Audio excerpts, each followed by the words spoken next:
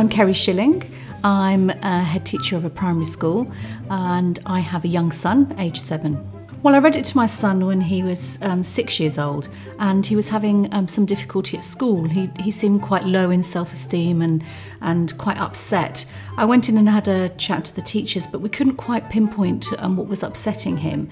I read the sad book written by Jack Turner and illustrated by Eubenh Lai to him. We introduced it as part of his bedtime routine and normal story time, and we read it together. Once we'd read the story, I mean, he really enjoyed looking at all the beautiful illustrations in there, and he really enjoyed finding out about the Alfie and how he changed his name, all due to the emotions that he had.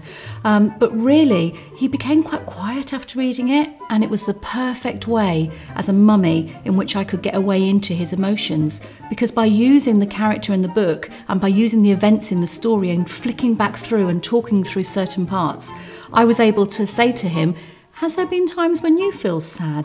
And he actually opened up to me. So it was a brilliant tool, this book, in getting my son to open up to me about what he was sad about. And then I could then move forward to try and solve that for him. The emotion of sad was the easiest to identify. But in the story, looking at all the other characters, it was also easy to look through the events of the story and to identify times when you might feel disappointed, or you might feel excited, or you might be going on an adventure. So the book made it very easy for me to be able to discuss that with my son.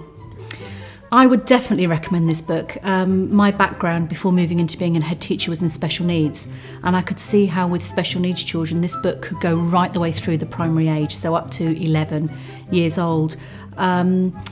What I would like as a parent and also in a school with libraries is I would like to see more of these books with different emotions, so that we might be able to pick different books and be able to suit them to children, to try and help them to identify with the characters in the story, and also to try and help them emotionally. I think if I could have this book in other emotions, I'd be interested in something that helped children to not be so worried, maybe with the title of Worried on there. Maybe some children that are having some issues with anger, so maybe a book could help them with that. And also maybe loss, so a loss of their pet cat or pet dog, or some sort of loss. I think because the book's used such bright colours in the book, and where the font changes sizes and things like this to match in with the story. My son really loved these parts of the book, and also the little speech bubbles and the bright dragons in there. He really enjoyed it.